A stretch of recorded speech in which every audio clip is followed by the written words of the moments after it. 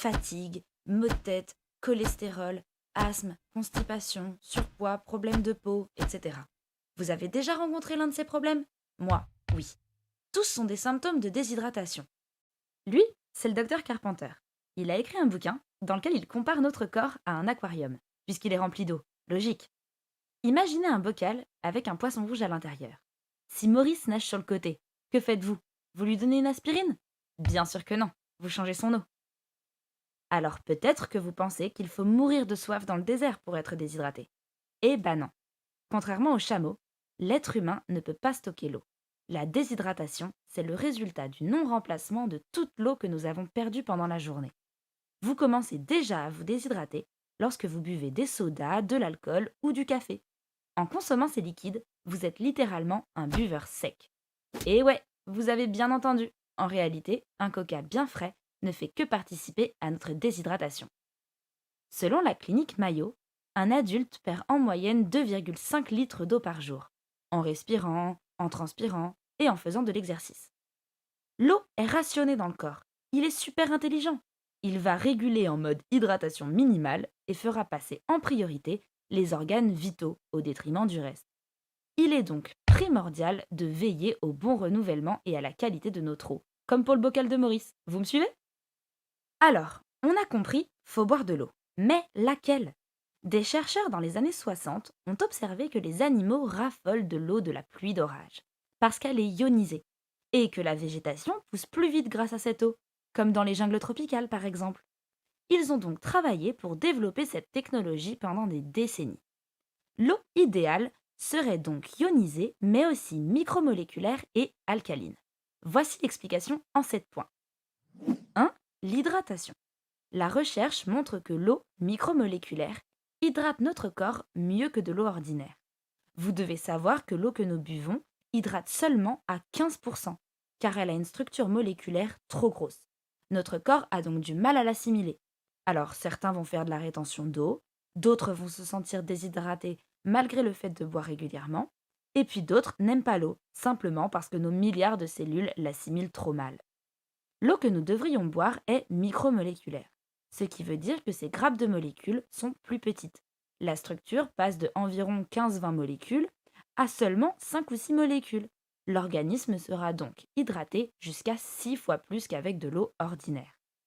2. L'équilibre du pH du corps. L'eau que nous buvons est trop acide pour notre corps. Et d'après beaucoup de prix Nobel de médecine, comme le professeur Otto Warburg, l'acidité est la cause de toutes les maladies. Une cellule cancéreuse est toujours acide. Et pourquoi notre monde est-il acide?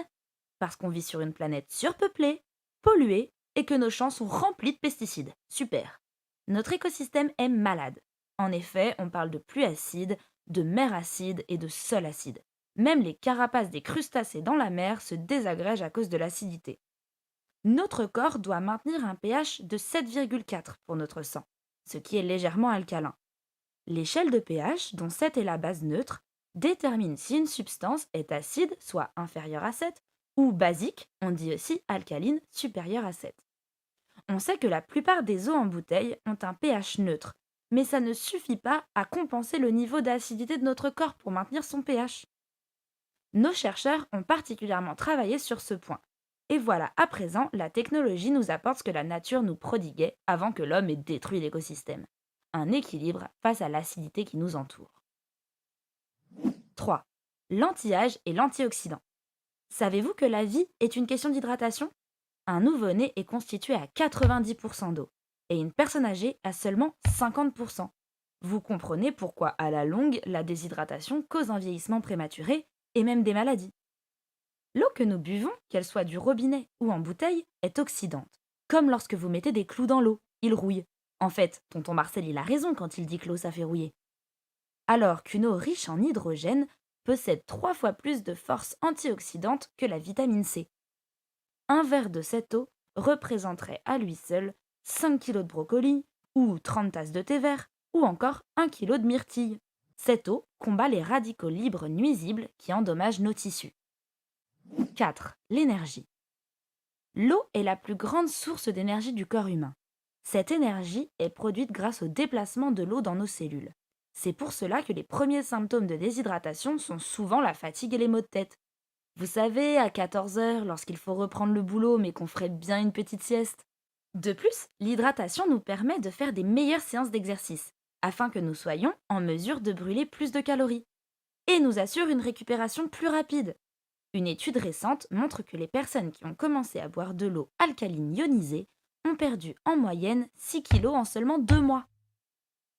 5. La santé des os et des articulations. Boire suffisamment d'eau lubrifie les articulations pour éviter les douleurs articulaires et limiter les risques d'arthrose et d'arthrite prématurée. La recherche montre également un lien clair entre l'eau concentrée en hydrogène et la santé des os.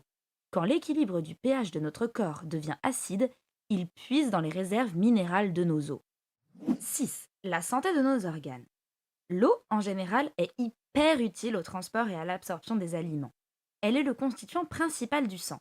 Elle transporte les nutriments aux cellules de nos muscles et de tous nos organes.